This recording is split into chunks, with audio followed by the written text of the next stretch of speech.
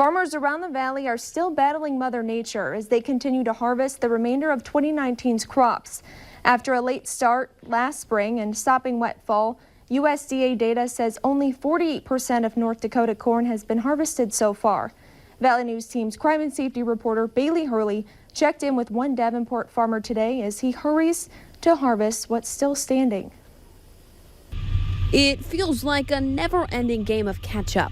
To do the same job, everything takes longer when it's cold and snowy, and everything takes more fuel, grease, propane, everything. Usually by now, most farmers are out of the fields and preparing for next year, but an ugly and wet fall stopped those plans in their tracks. It's not ideal. Kellerman says with 17 to 20 inches of snow throughout the fields and some spots with even larger drifts, he won't be able to salvage everything. You might be able to recover some of that in the spring, but nowhere near what was there.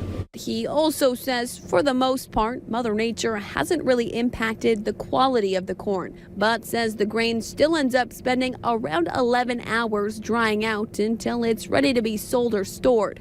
Grain being so wet slows everything down. I'm constantly waiting on the grain dryer to catch up. Kellerman says he harvests 40 to 50 acres less than he would on a normal fall day, as the cold and snow makes everything a little more work at a little slower pace. I mean, you got to take all the equipment back to the yard or back to a place where you can plug it all in every night. Then you're always freezing stuff up, whether it's augers or equipment, combine. But Kellerman says farmers just have to keep on and hopes the new year brings a dry and warm spring, so farmers in the valley can finally clean up last year's messes and get ready for a good harvest this fall.